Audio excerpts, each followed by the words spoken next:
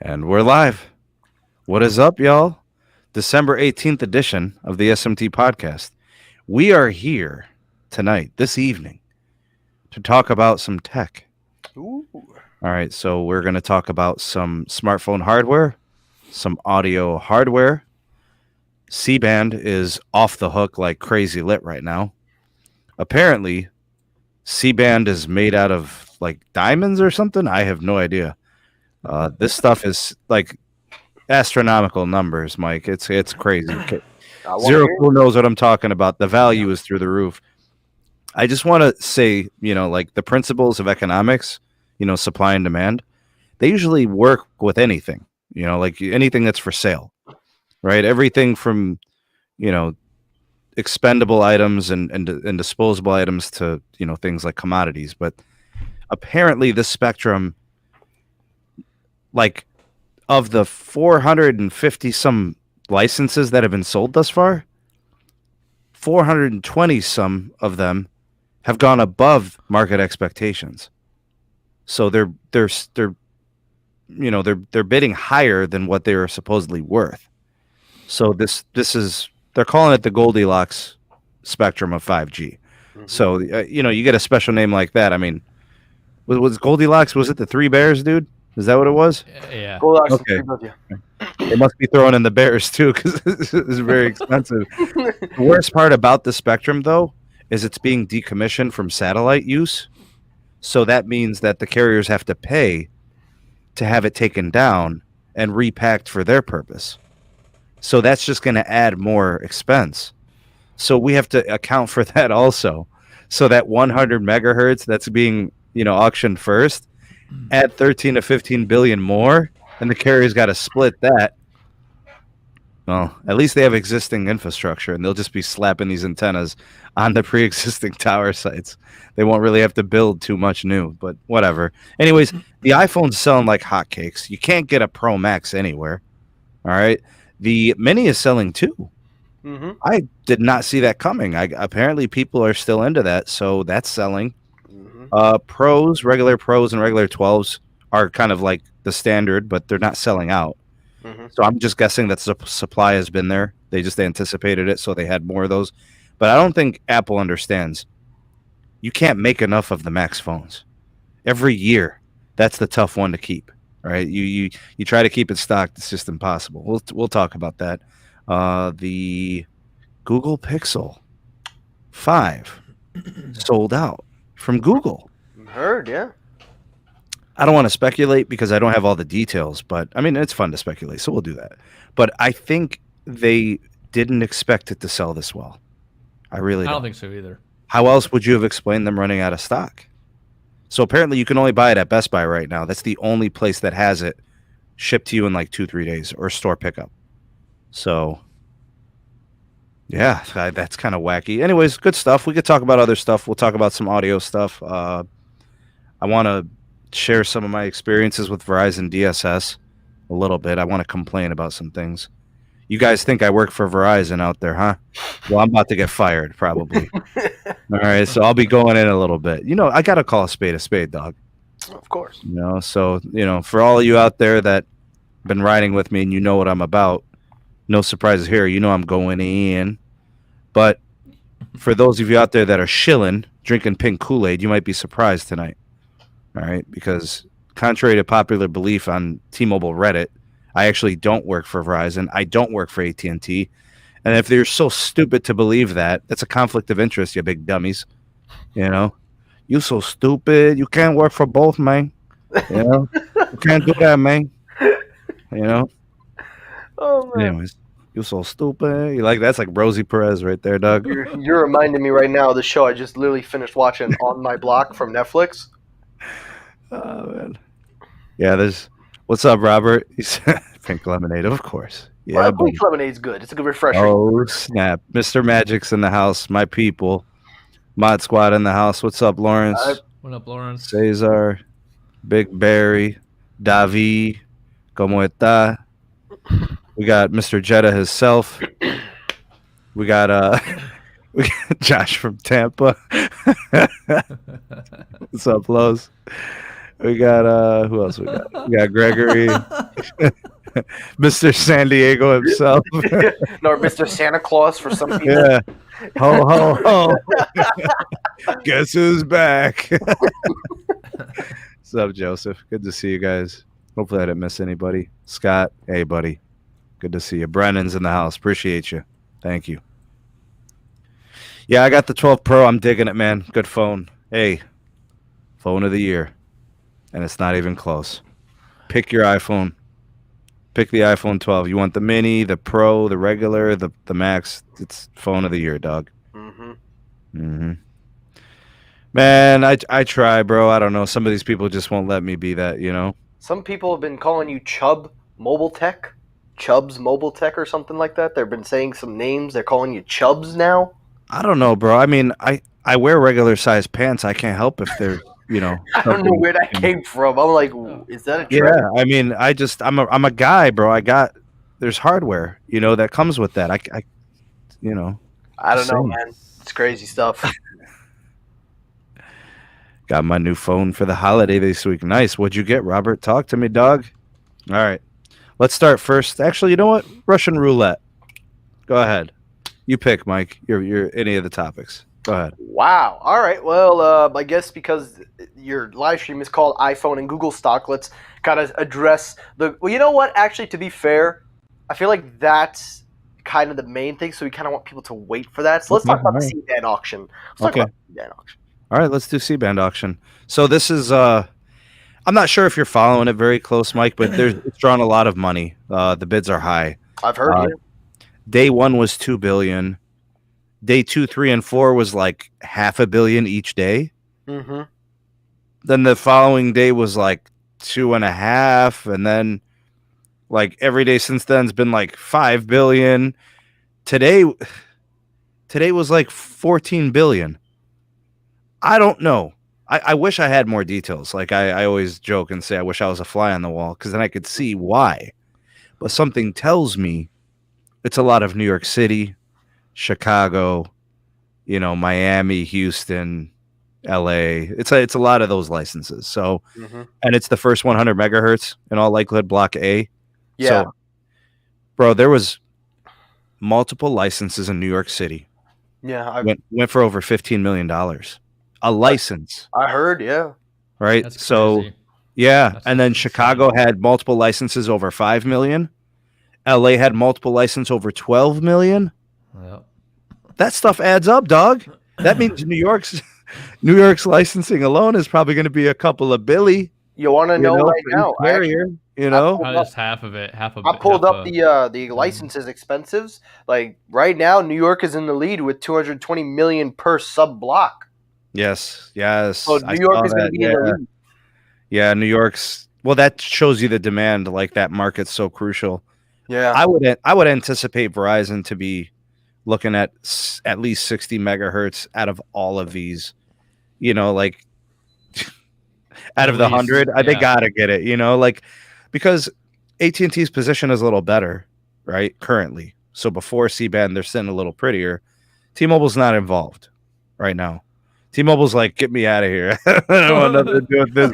This is craziness. They got more debt to pay than they can invest. Well, think about it, right? They just spent $26 billion on the merger. They're not in the market for more spectrum in that type of, price range. So, to be fair, they did pick up a nice bit of spectrum from the Sprint side that they should be able to utilize. So I would expect them to focus their attention on that before trying to spend more money.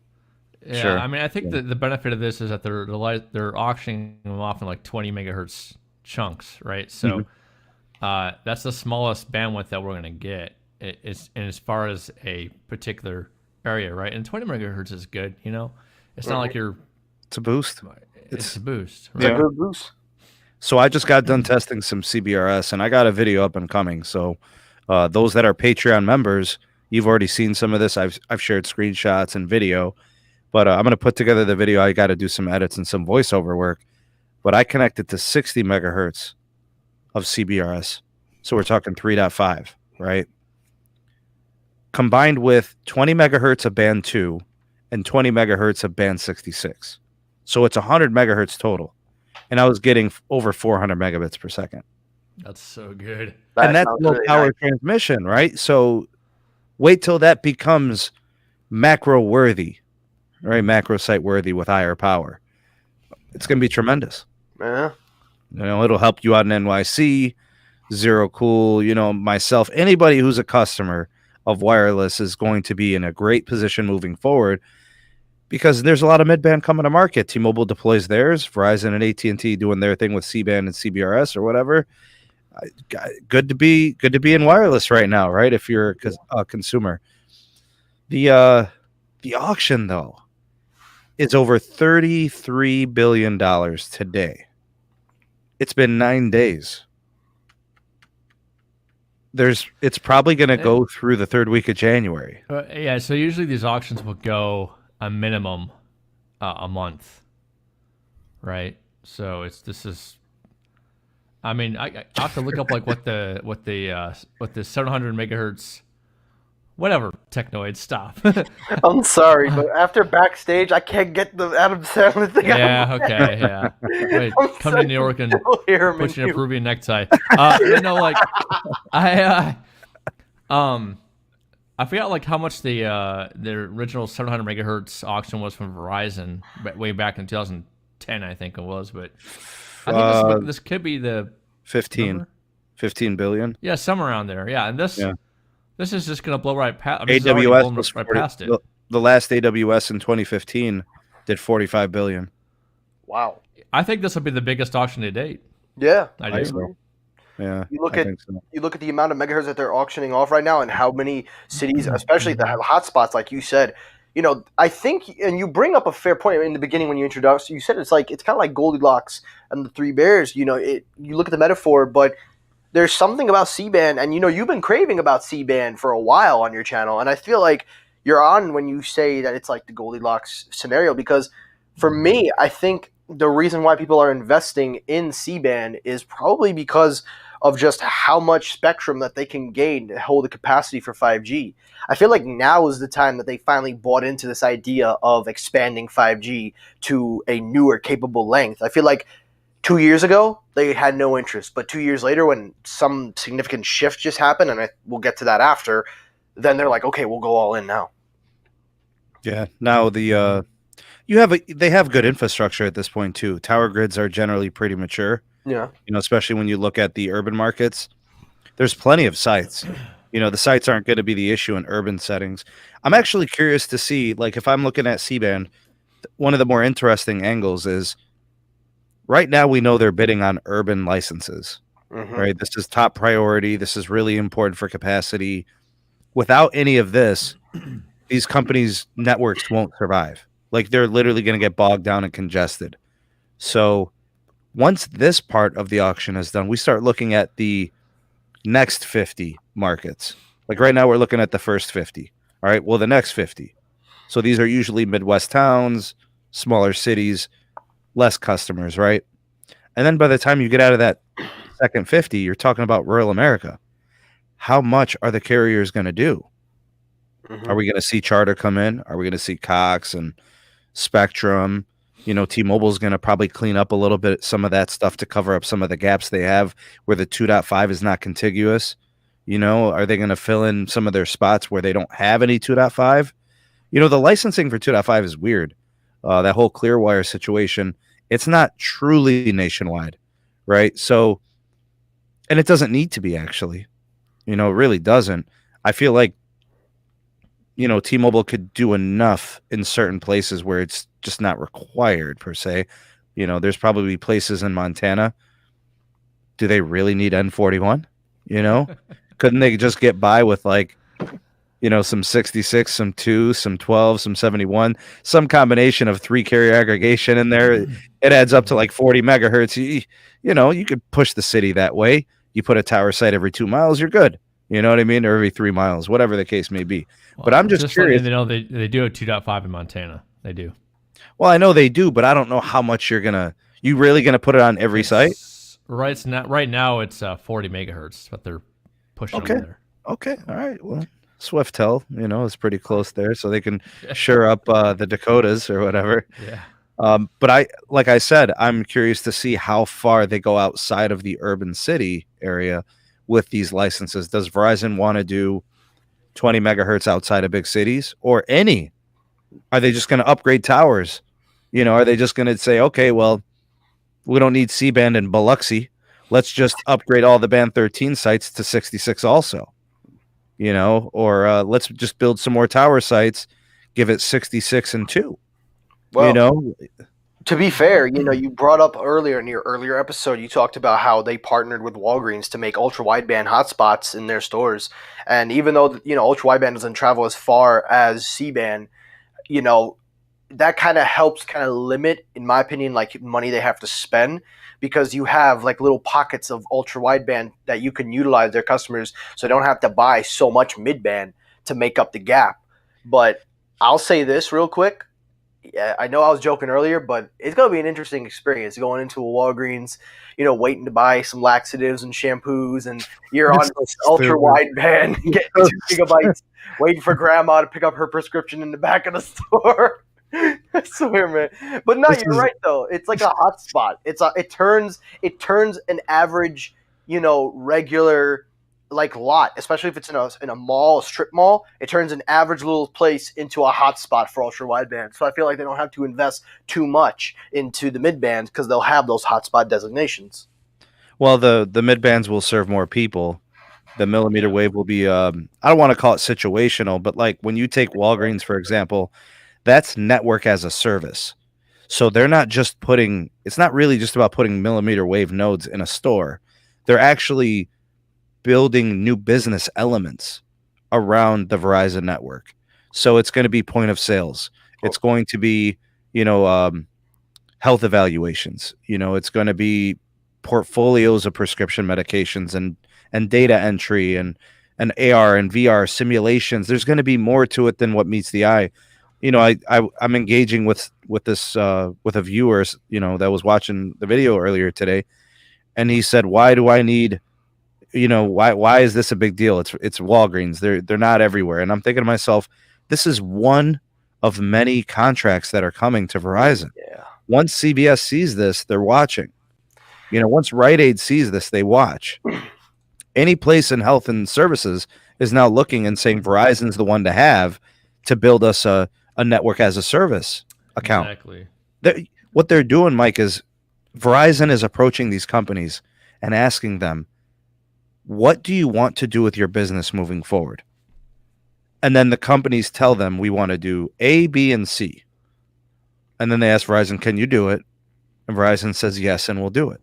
And then they'll build that suite of connections and accesses and different portfolios of technologies. That's what people don't understand. They think this is about millimeter wave, but it's more than that.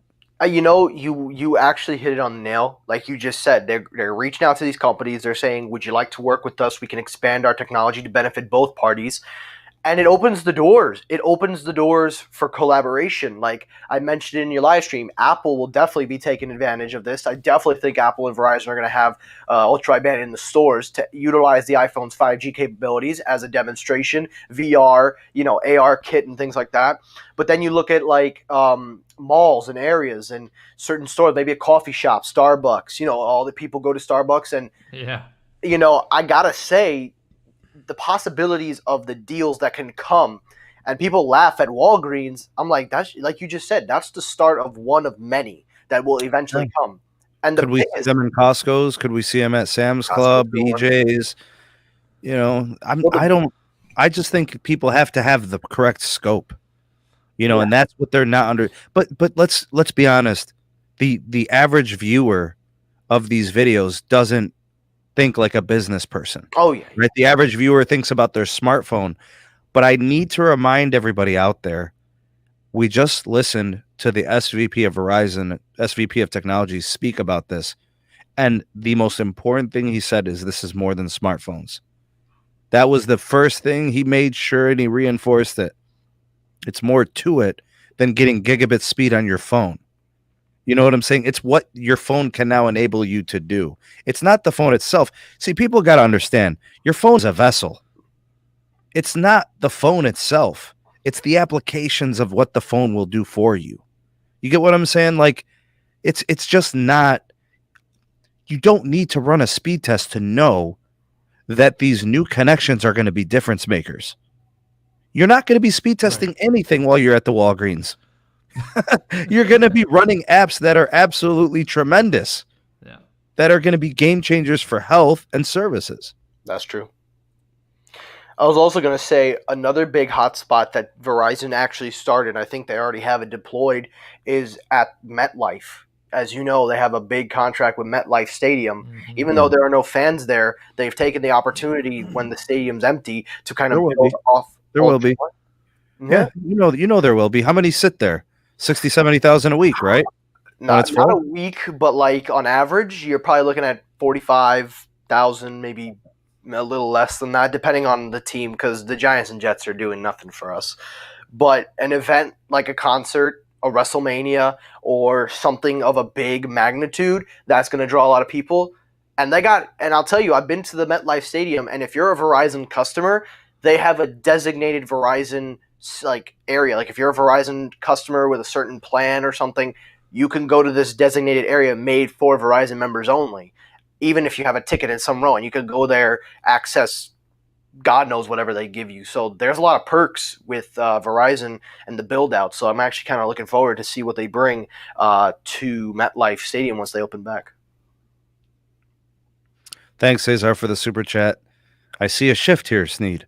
Seems like AT&T is on the government side, Verizon on the enterprise business side. I agree with 100% true, very visible. But don't be surprised if AT&T gets involved on the enterprise side very soon.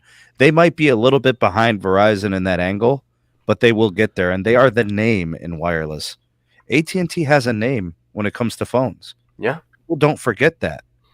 So they'll be back, right? They'll be back on that side. I just feel like Verizon's getting ahead of the innovative side. Like the first iPhone, you never forget they partnered with AT&T. Yeah, and that's huge for okay, so if you look at Verizon with the fleet, they've got entire massive businesses can walk into a Verizon store, change carriers, become a Verizon customer, and get a brand new iPhone and upgrade from their old one. No cost. You're walking out the store with a brand new iPhone. 12 Pro, whatever. What? My goodness. Ooh. Frankie, thanks for the super chat, the $50 donation. Thank you. That is very generous. That is definitely not a requirement. Thank you, Cesar. Always so generous. You guys are amazing. Thanks for the super chat. I'm going to have to dig into the sock drawer. That one's going these go to Yasmin. So I don't know, man. Carlos did this one time. Him and Max, they did that to me once.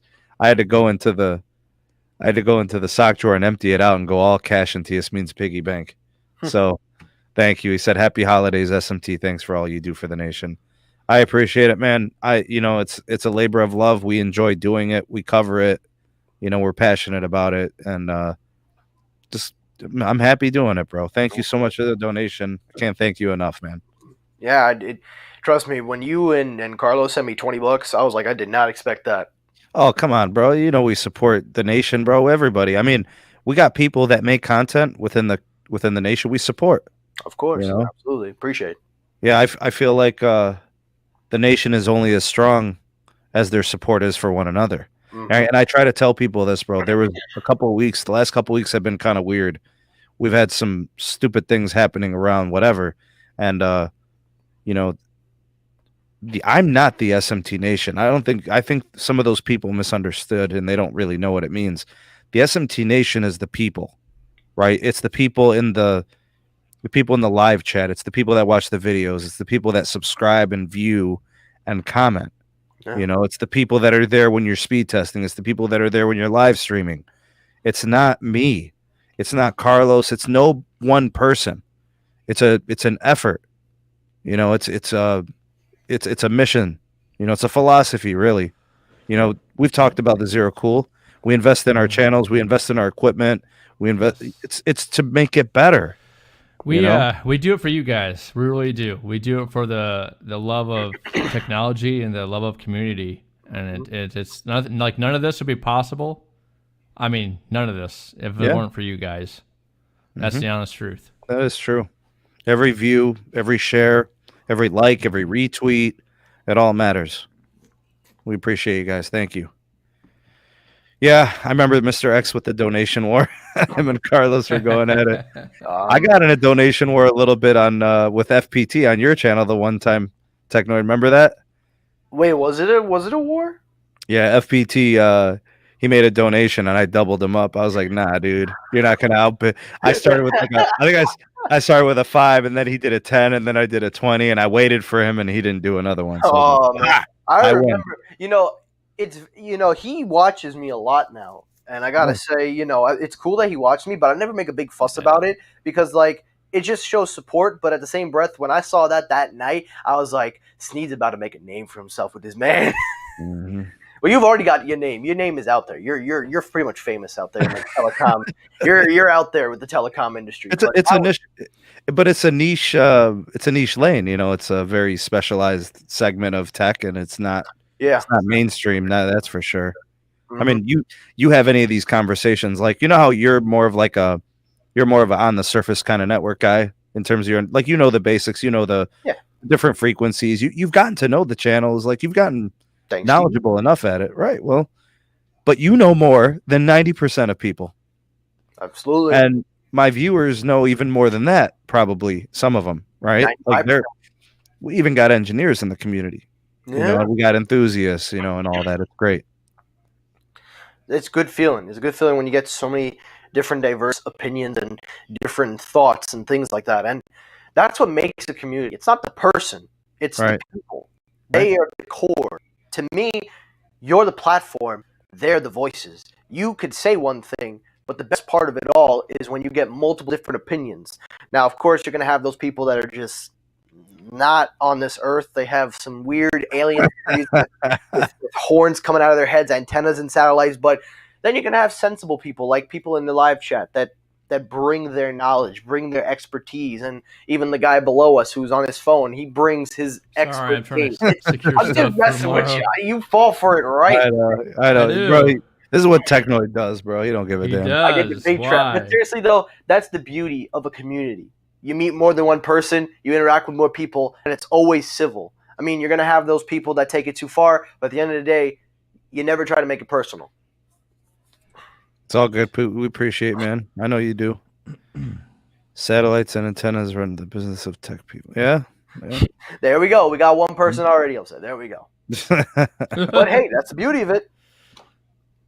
So yeah, man. This the C-band thing is real, dog. No, you're right. We'll see where it ends up. I'm definitely leaning towards 50 plus. I mean, we're at 30 right now. The last week will probably be a couple of billion. The second to last week will probably be like 5 billion or something. I don't know. It'll slow down, but as of right now, it still hasn't. Would you imagine if it broke 100 billion? No, 100 billion. Yeah, 100 billion. Oh no, it would have been doing 20 billion daily or something for the first week. Right. I don't know. Yeah, it's definitely trending to a possible 50 billion. Yeah, it really is. It's very possible. So, yeah. Don't worry, Magic. I ain't gonna be playing, man. I never play that route. How about this iPhone, man? So, the iPhone's selling. Yeah, selling well. The 4 models that were produced for this year are all selling pretty well. The Mini, I guess, has been selling extraordinarily well, better than predicted. No. The Max has been hard to get a hold of. That's actually why I kind of wanted to bring this up. The Pro and the regular 12 are the most highly produced and manufactured models, so they've got plenty of those, but they are selling. The 12 Pro Max has become a very popular model. You would think that Apple would have compensated for this in their production, but I just have a feeling they're just selling more than they really predicted. They probably did make a lot, and they're probably producing a lot now, but I mean, the carriers are giving them away. I got the numbers, if you're ready to hear them. Let's do it, man. Well, first of all, my numbers come from Market Insider. I never go anywhere other than Market Insider. They're one of the most reliable because they literally gathered the data. According to Market Insiders, the iPhone 12 lineup has gained 32% of the 5G technology span. That means in America, we're still focusing on America here, the United States, 32% of the population have drifted over to the 5G technology. That is actually smashing the previous records from its mobile phones predictions. They predicted 29% gain. So they gained an additional 3%. Now, people say 3% doesn't sound like much. That's a 3% of America. And that's on their scale. You think about the scale of the country, right? And people couldn't even, and people say Samsung and other companies try to come in. And I keep telling people, I keep saying it all the time. When Apple does something, they do it better and they just get the people. And here's even worse. And here's something that's going to even make you jump. The original estimate from Wall Street going into 2021, they predicted that Apple was going to have an estimate of 215 million iPhone units sold, the 12 lineup. Yeah. That number has gone up by 45 million to now, 30 million to 245 million units sold by 2021. They're predicting that Apple's not only going to roll out 5G to a more wider expansion of people, but they also believe that the iPhone 12's 5G connectivity will be vital in demands from China and will be a super cycle going in from future releases. So you're right, they're selling well, and there's a reason they're selling well. Marketing, people bought into it. Trust. Most of all, Apple did it. Mm-hmm. They didn't do it first, but they made it mainstream. And when Apple does that, it sells well. Yeah, the timing didn't matter. They didn't want to be too late, right? So as long as it wasn't going to wait till next year, they were going to be fine, because now, they're pushing 5G pretty hard in the marketing. You see it on all the commercials. The T-Mobile team does a good job of just shoving it down your throat on Twitter, Yes, they do. And the problem is they're writing checks that are hard to cash, because the bandwidth on the 5G channels just isn't there yet. And the deployment on the sites just isn't there yet, but we'll get there. But the marketing's heavy. You watch NFL Sunday, 5G built right. 5G ultra wideband, it's just nomenclature, naming, and 5G this and 5G that. But they don't advertise what 5G does. Yeah. They just advertise 5G. Right? They're not showing you use cases, which is really what 5G is going to be about. It's going to be about use cases, but it's just not there. That proves it. You know what I'm saying? Ultra wideband, by all means and by all metrics, is the best 5G. There's just not enough of it to brag about. Yeah. I can brag about it here in the CLE because it's abundant generally. T-Mobile can't really, in some markets they got a lot from what I understand. The paintbrushes are so fast. the paintbrushes are so quick. My Apple playlist downloaded in 3 seconds. I know, bro. They got dinosaurs. They got race cars. They got paintbrushes. Drones. Right. Now they're doing the drones. Those are fast, yeah. I mean, that's fun. I ain't gonna lie. That's pretty fun. I like drones, so I'll give them that. Yeah. But it's the iPhone. The iPhone's gonna pave the way. It's gonna be the thing that is the 5G vessel. So, yeah. I'm surprised at you, Mr. Steen Mobile Tech. I'm very surprised at you. For as long as I've known you, you've talked so much crap about Apple. Bro, listen to me. Performance. Listen you have talked so much schmack. Bro, listen. Now, all that trash talk has come back and bite you. Listen, man. You awarded it Phone of the Year. Bruh, listen to me. Apple, up until this year, has made junk. iPhones have been junk from their inception. From the inaugural model, it has been junk. Even till now, in my opinion, iOS is fine. It's nothing special. Truth be told, Google's Android is the best operating system available to a consumer. Okay, it is the best. You've got full Google integration. You've got a banger camera. You've got excellent battery life. It's got 5G. It's got LTE. Everything is good. It looks nice. It's fine. It's got a cool color, sage or whatever. Listen, man, the Google Pixel 5 with a Qualcomm Snapdragon 8 series chip is the phone of the year. But it is better than but it didn't have it. So in my opinion, had they have put it, it was the phone of the year. Because I reach for this thing, and it's not my best phone. My best phone is the iPhone 12 Pro. Right? But I like this better than even my S20 Plus, which is a flagship through and through. Just battery, his conversation will change in December. I hate this iPhone. You know, I hate it so Zero much. Cool. You know what I'm hearing right now? I'm hearing backpedaling right now. I hear him backpedaling. That stupid iPhone. He trying to put Android in there. He's like, "This is the best phone I ever had." He's backpedaling now. You can't go back. You said, "Listen, I get what you're saying, though. You know, listen, you're right. The iPhone." Granted, I have some affiliated feelings for it because I grew up with it as a kid. Make no mistake about it. Android, I've used it. I enjoyed it. I thought it was great. But you're right. Up until this point, the iPhone had not had the best in truth. And I'll tell you the truth. Cellular performance was junk when I used the Android. But they took the weakest point in their game. They took the weakest thing and they fixed it by putting in exactly what we asked for, the Qualcomm modem set. And it's not even the X55. It's a modified X55. So, you know, they did exactly what we asked them to do. And they gave us the performance. They gave you the CPU. They give you the software support. They give you everything. Even if you don't like iOS, you got to admit the software support is on another level. 7 years of software support on a phone, to me, that's unheard of. I don't think even an Android can go 4 years. Now they're saying it can go 5 years. So they're making progress. But, you know, I got to say, you know, you're right. You know, Android, hands down, the best because you can customize, you can optimize. But make no mistake about it. iOS is more adapted by millions and millions. And if you want truth to that, take a look at the live stream numbers from a Google event and an Apple event and a Samsung event. Well, there you'll get your answer.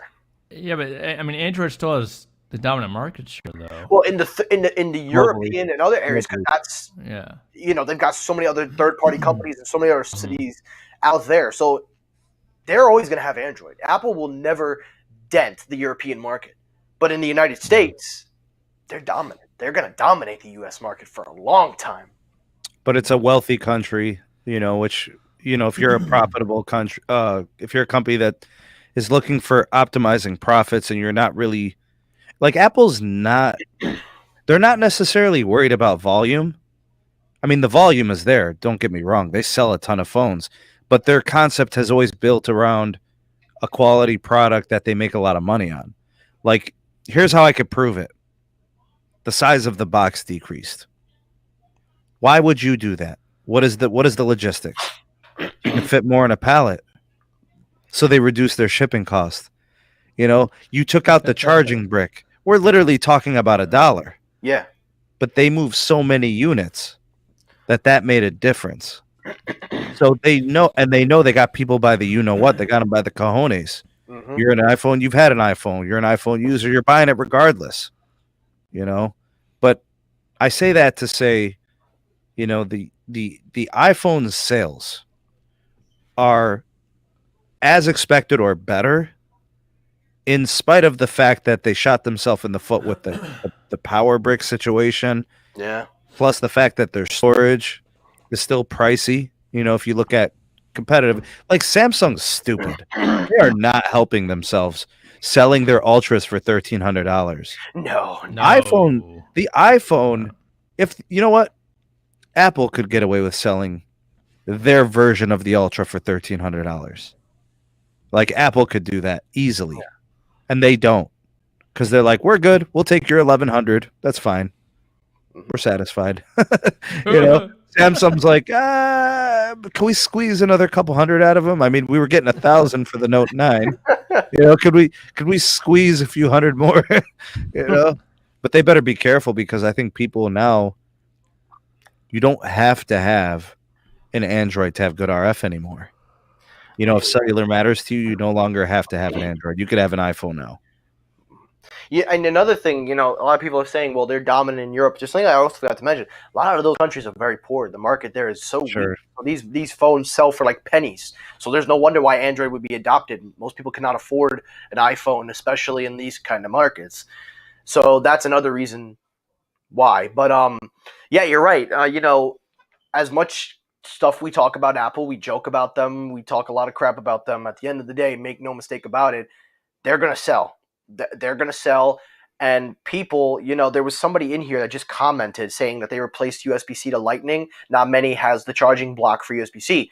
Well, I actually used that argument because when I first saw it, but then I looked and saw how many people actually adapted to USB-C prior to the iPhone making the cable switch. So I don't know if I could use that argument anymore because there are devices that use USB-C. For example, the iPad Air, iPad Pros, and now the iPads. Like literally, budget iPad ships with the USB-C brick. So, you can't say you don't know what a USB-C brick is because you've seen them so many times. Sure. Yeah. If it's worth saying that you haven't adapted, that's a fair point. If you haven't adapted, but to say that everybody hasn't is just a blatant lie. There's got to be one every 7 households that has a USB-C brick, either from Samsung or from a third party. Even the Mac. How is the new Mac? I heard a lot of good things about it. I can't speak because I don't have one, but I've heard a lot of people are saying that it's a powerful PC. It's very powerful, and they're saying right now, statistically speaking, they're on track to beat Intel desktop performance. They're on track. They're working on an X-based chip for the Pros and the iMac. Get ready, man. Apple wants full control, but they're going to bring the power. That's gonna be really nice. I can't wait. You guys think this is true right here? No. No. They can take a brick out of a phone, but they cannot take a brick out of an iPad. How many times do you charge an iPhone in a day? What? How many times do you charge an iPhone in a day? Once. How many times do you charge an iPad in a day? 5. No, I'm sorry. Maybe every few days. Man, every few days. I'm sorry. Like every 5 days, I charge it. Yeah, every few days. Every few days. That's what I meant to say. Where is the charger more important? I would say, you know what? That's a fair point. But it's the number. It's the volume. It's the fact that they're going to sell the iPhone at a, how many units? 150 million. You said, Yeah. Right. How many iPads they're going to sell? 5-10 million. The iPads actually make up like 35-40 million sales. The budget, anyway. The budget is the popular one. Because they don't disclose the numbers explicitly anymore. Yeah, they stopped that years ago. Usually the carriers that sell those iPads, anyways, that they're heavy on the sales. It's not directly Apple that's doing it. Yeah, and you speaking of another product you brought up. Speaking of selling out. Listen, before we get to Google, the AirPod Max, bro. I have no words. I can't believe that these things are selling out, man. When I think of studio grade gear, I'm not thinking of Apple anything. Maybe the people using MacBooks and stuff, or what is it, the iMacs, for production and stuff. But I'm not thinking, Beats by Dre or AirPods Pro or Max or whatever. Nah, dude, I'm thinking Sony. I'm thinking Sennheiser. I'm thinking Shure. Exactly. I'm thinking the stuff that I see at concerts. The audio equipment and the gear that the pros use. You want to put an Apple logo on it and call it a Pro? Come on, man. Okay, I gotta come clean. I gotta come clean right now. I'm gonna tell you all the truth. I got more respect for Beats by Dre after seeing the AirPod Max. I thought for years, I'm like, Beats be overpriced in so many stuff, but then I looked at the AirPod Max, I'm like, well, you know what? They really weren't that overpriced to begin with. Yeah. What do you think of this comment here from Mr. No Radio? Thanks for the super chat donation. Do you guys think that the M1 chip will cause overall software to trickle to ARM-based which will also open the door to Android devices. Well, Androids are using ARM chips. The Android tablet, I could speak for Samsung, they're using an ARM-based Qualcomm chip. And also, because the M1 is an ARM-based CPU anyway, they've begun the transition, truthfully be told. So I think we're getting to that point, but to say that it will trickle down in a quick fashion, I don't think so. I don't think it's going to be quick, Mr. Unready. I think, the Pixel 6 is going to use an ARM chip, the X1 chip, right? So that's going to be a game changer. I think it's. Bless you. I think it'll soon follow. It's like more Android devices. It's just going to take a little bit of time. So. Oh, so PA Tech Speed Test says the AirPods. I'm sorry, Zero Cool. He says that they have better noise cancellation than the XM4s. Well, they better for $550. They better have the Sony's $350 or something. $350, yeah. $350. Well, they better have better everything. Hell, that thing better make me a ham sandwich if I'm hungry for $550. Like, listen, you've always been a ham sandwich kind of guy, bro. You've always liked that stuff. I'm gonna say this right now. I am going to be buying them. I'm going to wait, though, till March when they get the inventory back, because from what I'm hearing, the only reason they're pushing it to March is because that's when they expect a huge shift in supply, and by then they'll have them available in March. So I'm just going to wait it out. But make no mistake about it. These things are expensive. They're expensive. Yeah. They have terrible accessories in the box. There's hardly any. Yeah. That case, no protection at all. It's useless. It's a flimsy piece of case. And there's a cable in the box. It's lightning. And then worst of all, they make you have to pay extra for this little cable here, an audio adapter, where it takes lightning input, and then you have to buy an adapter for that. Like, nah, man. What is the point, man? Listen, there might be some positives in there, but if I will say this. For $550, they have to be on their own class. They have to be on their own level. They cannot be compared to Bose and Sony. They have to be compared to Masters and Dynamics kind of level. They have to be compared to Momentums and Sennheiser. You can't put them on Bose and Sony because even though Bose and Sony are most popular, the AirPod Maxes are now on a level of Masters and Dynamics. Because the Masters and Dynamics for a long time have been charging $550. Well, that's the thing. I don't even think that these headphones are better than the grade below. I still think that the Sonys are better. I still think that the Bose are probably better. Like, we're talking sound performance, right? We're talking overall, every performance, noise cancellation. The branding doesn't matter, right? You're going to put the headphones on. I can't see my headphones right now. They're on my ears. I don't see. So I don't need. I can. Right, but I don't need them to look good. You know what I'm saying? I need them to sound good. I need them to be elite in and of themselves. So making a claim that your headphones deserve $550 got some guts. Yeah, got some guts. And to know that they sold out, I don't know if that says more about Apple's prowess in sales, or it says more about the people just jumping the gun and being like, yeah, they're Apple, they're probably awesome. I think it's people jumping the gun. I'm going to tell you the truth. I know a couple people that have bought them already, and they're using them right now, and they're even telling me they're good headphones, but I shouldn't have paid $550 for them. Okay, but it's too late. So that's the test. The test is to get 2 or 3 pairs of headphones that sell at $550 and compare them and say, does this headphone compete with other similarly priced headphones? Let me tell you, even if it's like $500 or $450, like that's. I think once you go over $300, you're now in elite studio gear. Yeah, and I'll tell you right now, these are my daily bad boys. AKGs, you guys know I'm a huge... Good headphones, yeah. Huge... This is a brand that's all about audio. I could care less about ANC. I care. But my problem with AKG, my problem with them is that they have a terrible release cycle. Hardly any of their headphones ever come to the United States on time. They're releasing headphones in other parts of the world that actually are really good, like wireless earbuds with beryllium drivers that make a big difference in sound qualities. You're not going to see those in America. They've got the Y600, a follow-up, like a sister kind of pair. I want to try those out. I can't order them. There's no warranty support. So as much as I love AKG, I'm thinking of dropping them. I just do not like their release cycle. If I can't enjoy your products or get warranty for them, I have to go to other countries and buy them. I'm sorry, I don't want to be a part of your brand because make no mistake about it, you can have the best sounding quality product in the world, but if you can't have a good release cycle and treat your customers in all areas, I'm sorry, I cannot take my business with you guys. I cannot keep forcing myself to buy these things on eBay for more than what they'll be sold for in the United States. So, like, I'm on the verge of just dropping AKG tonight. Huh. All right. Well, so they're selling. The iPhone is selling. So Apple's chilling. Money is there. Google Pixel 5 is selling good too. They sold out of the Google Pixel 5 at the Google store.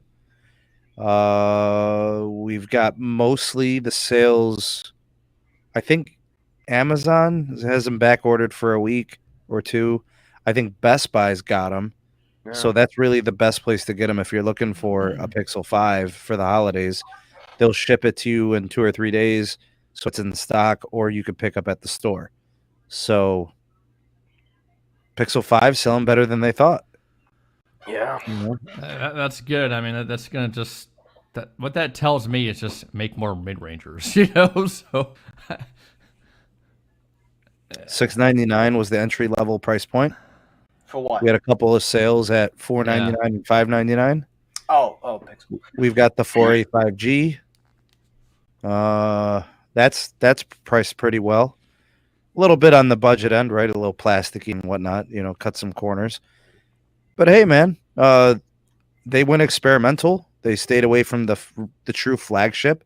They cut some costs with the build and the chipset. And I don't know, is there any features missing outside of the chipset? I think that's really it. They got reverse wireless charging. it doesn't have Wi-Fi 6, which it doesn't have Wi-Fi. makes me upset. Oh, it doesn't. Oh, that's because the chipset, right? Right, exactly. Yeah. Okay, so I don't know, man. Everybody's talking about this new up and coming Pixel in the spring potentially being a flagship. I don't know, man. Doesn't seem like that makes sense or jives with what Google's been doing. So I'm going to push back on that. I'm going to go against that.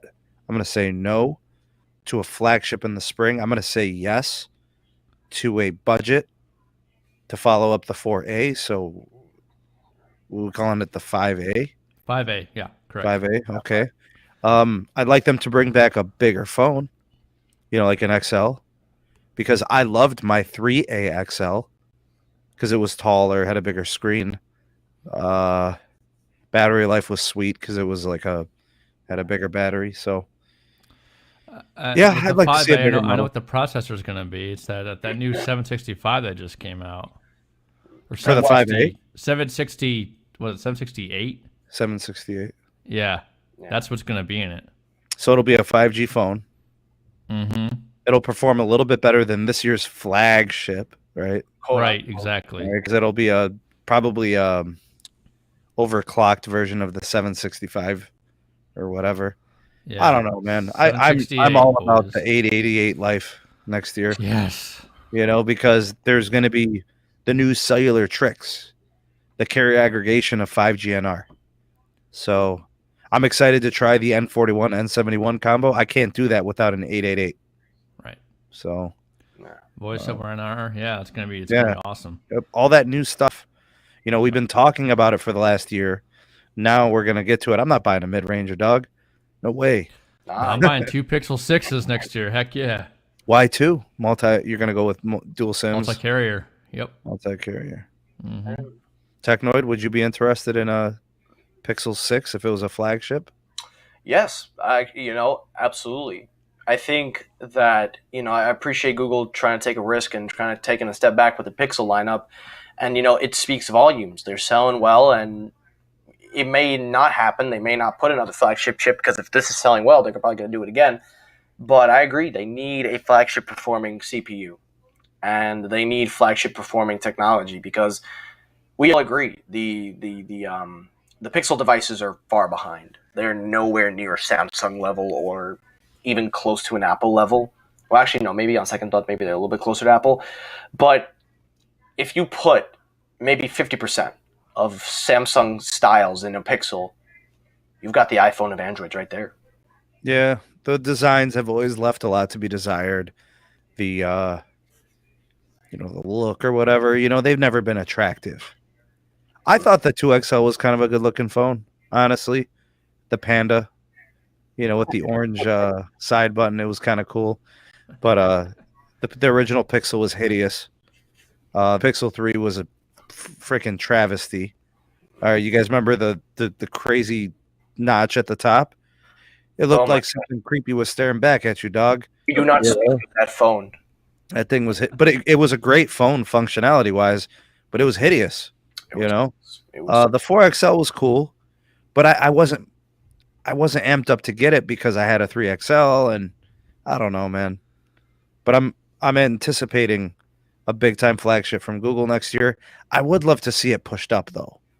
They gotta get away from an October release. Yeah, that crap has to stop. You gotta get away from the iPhone. You have to.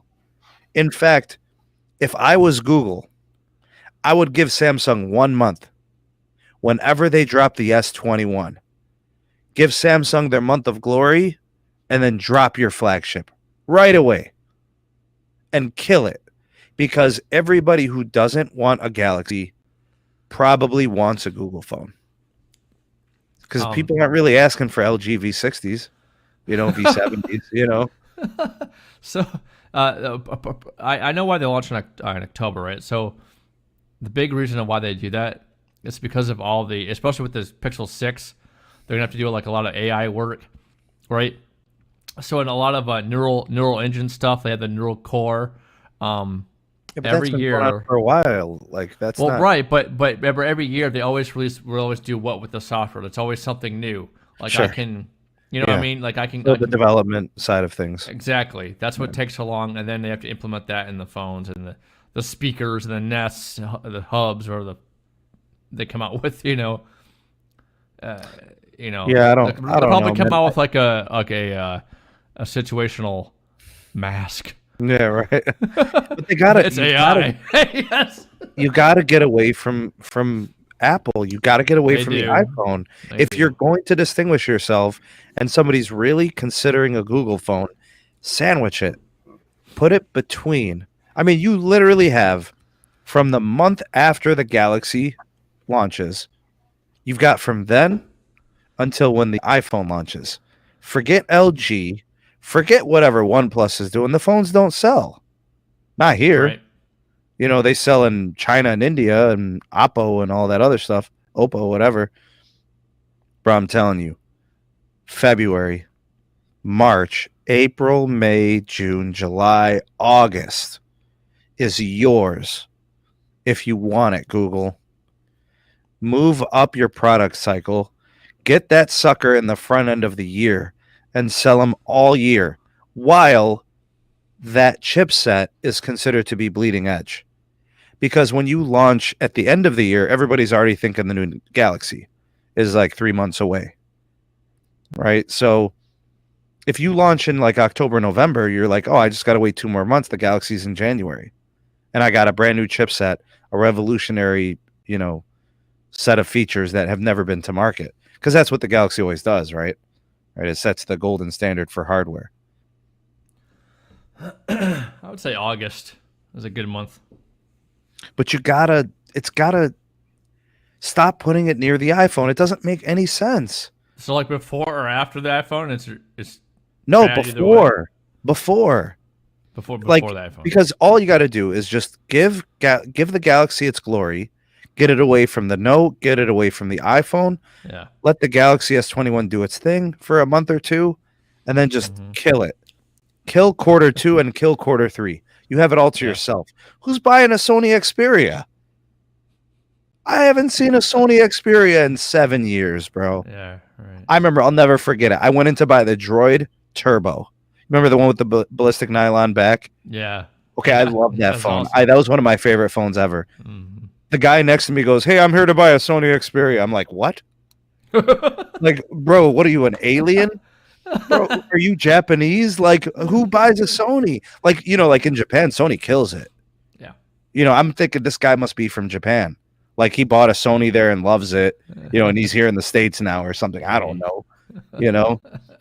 He's like, I'm here for a Sony Xperia. I'm like, dude, it's in the corner all the way back there. Go that way. Because I'm at the front. I'm looking at they always put the Motorola's up front. when they first launched. And then they got the iPhone and they got the Galaxy. This fool's talking about, let me get a Sony Xperia, dog. I'm like, bro. And they were expensive too. Zero Cool. Yes, when I they was were. buying the Droid Turbo, it was like $599. And that Xperia was like $699. It was $100 more than my flagship. At the time, I think the iPhone was $599 as well. The Galaxy was $599. It was the S5 possibly. Maybe the S6. I don't remember. What I'm hearing actually on the internet is that the Google Pixel 6 and future phones, and probably even the S21, phones in the future next year, I'm going to start interacting with your TV more, IoT devices more. Sure. Okay. Right?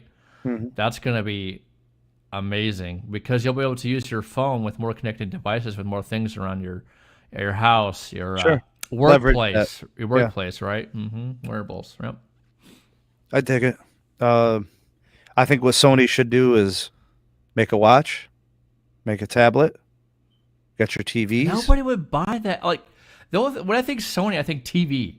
I don't think watch. I don't think that's a tough sell, man. Okay, but I'm just saying, if you're going to do an ecosystem, you get the wearable, you get the tablet, you get a machine, a larger machine, a laptop. Just offer the whole shebang, and see what people radiate with. See what they find tantalizing and they'll buy. And they got music. Obviously, they do sound and audio, and that's how Fitbit started. Yeah, sure. I don't know. They have no traction here outside of their TVs. I just don't. They got good audio equipment. It's just, and they have good software. It's very stockish for Android. They have good cameras, good sensors. God, the camera sensors are tremendous. Yeah. Every freaking great phone that has, a good camera, it's running a Sony IMX sensor of some sort. Mm-hmm. So, yeah, they do some things very well. That's definitely keeping them in business. The TVs and the camera sensors. Yes, absolutely. Yeah, I'm getting a Sony TV soon, so it's. Make sure you get an OLED, my dude. I am. Yeah. I'll be getting a Sony Bravia.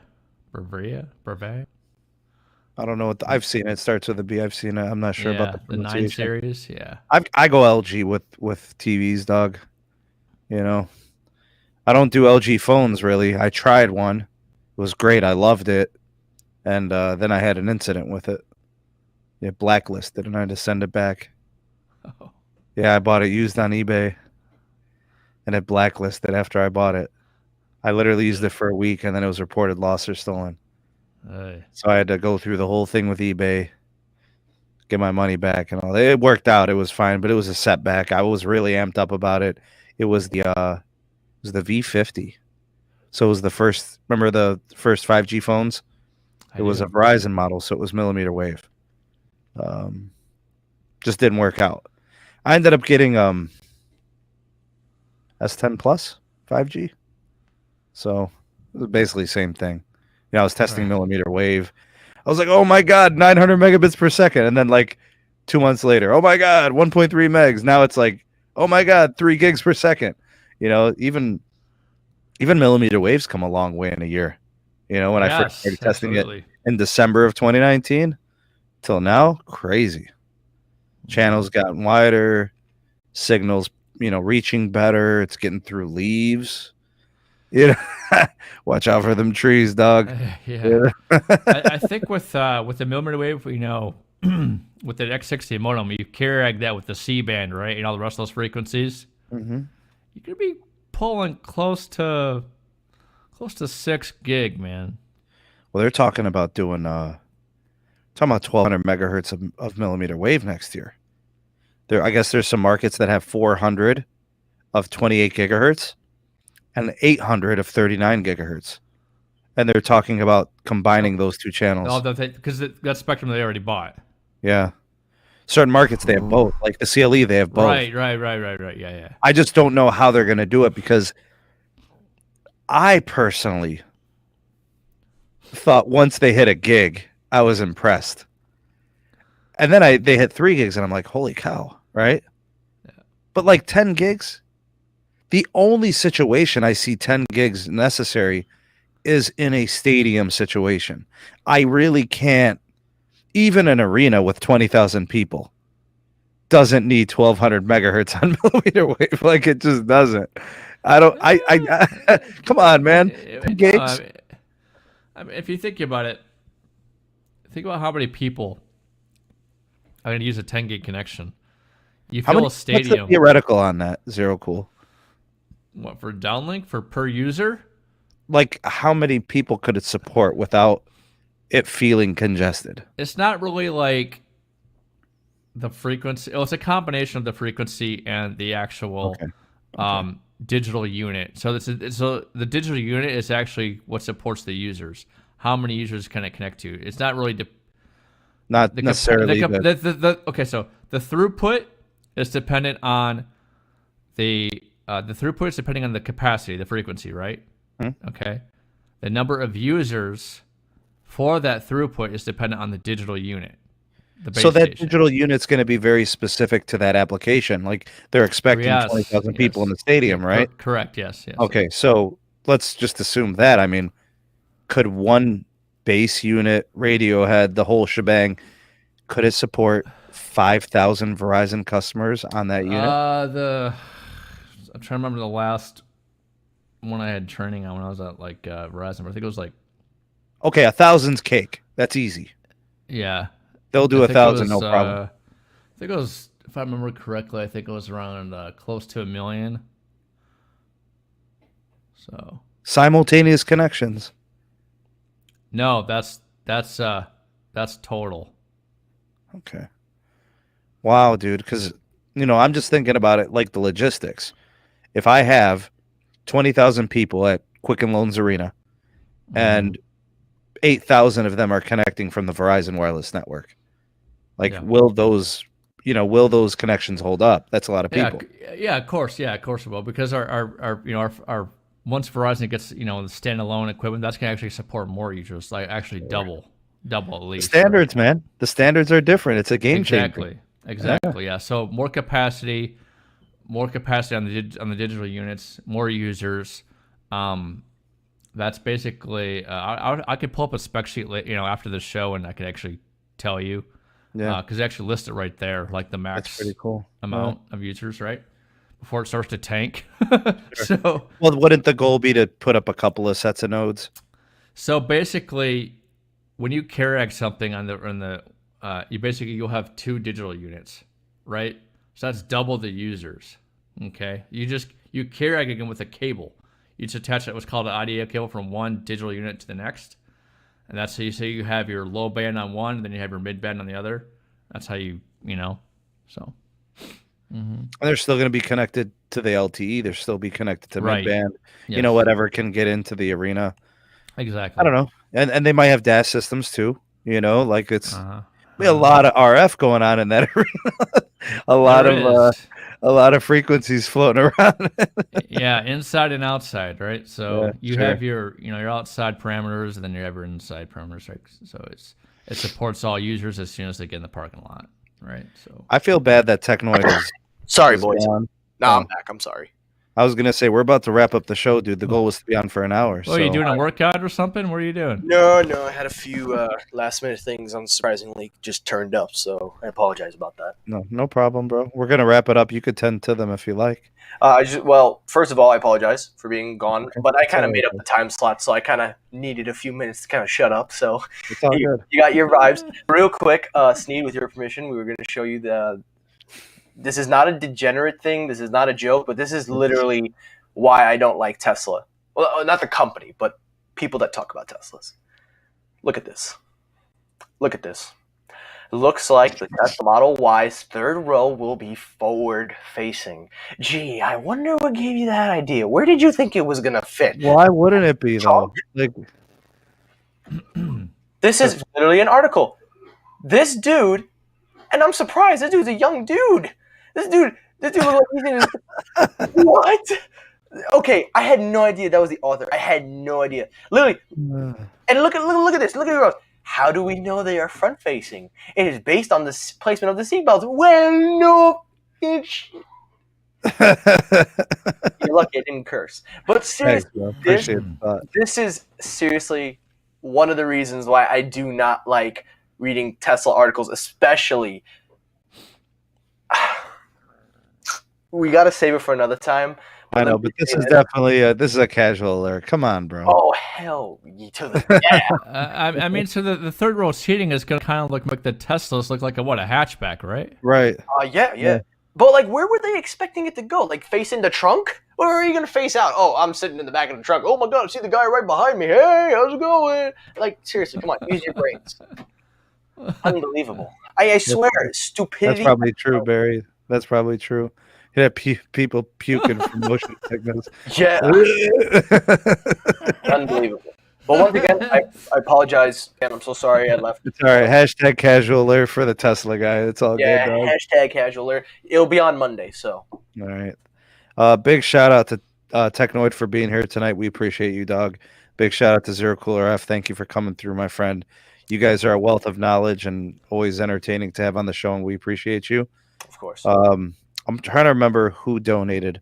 I remember Cesar donated and Frankie donated. So I wanted to thank the two of you for donating, as well as No Radio. I think he donated as well. I can't go back all the way, so I can't see if I missed anything. But to anybody who donated, if I forgot you, thank you for doing so. I know things are tough during the holiday season and there are other obligations. So you are not, I'm not asking, I'm not saying that anybody is obligated to do so, but thank you for those donations. Appreciate you guys very much. Thank you to everybody that was here to watch in the live #2LiveCrew. Thank you to everybody watching this, on DVR, #replay crew, #ravioli gang if you're watching this while you're hungry or eating dinner, and #mod squad if you got a big blue wrench and you had to yam somebody across the head once or twice today. Thank you to everybody who commented in the live chat. Thank you in advance for those that comment for the replay crew.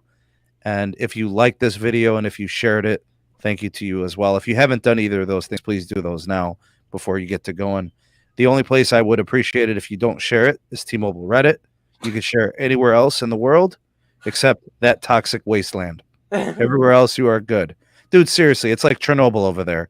It's like a nuclear dump, all right? I'm just saying, dog. Come on, bro. You don't have to tell me. You don't have to tell me. It's like Mama Juice on Jehovah's back. I don't know. It's bad. It's bad. So bad. Technoid, you're the best, bro. Hey, we man, love you, let's dog. do #backpedaling because this man been backpedaling all night. So let's get a #backpedaling. #back. Oh, God. #Peruvian necktie on Technoid. #bulldog choke. And all right, Brad. Appreciate you being here. Appreciate you guys very much. We're out this piece. Do join us for the next show. We'll be here Sunday. All right, so we'll do it. And hopefully we'll see if we can get Pete, anybody else. We'll see what happens. But that's it. Anything else? Anything for to go to the order, gents? Nope. Just nope. All right. Everybody has a good holidays. Yes. Happy holidays to all. That's right. All right. We out this piece. Peace. Peace.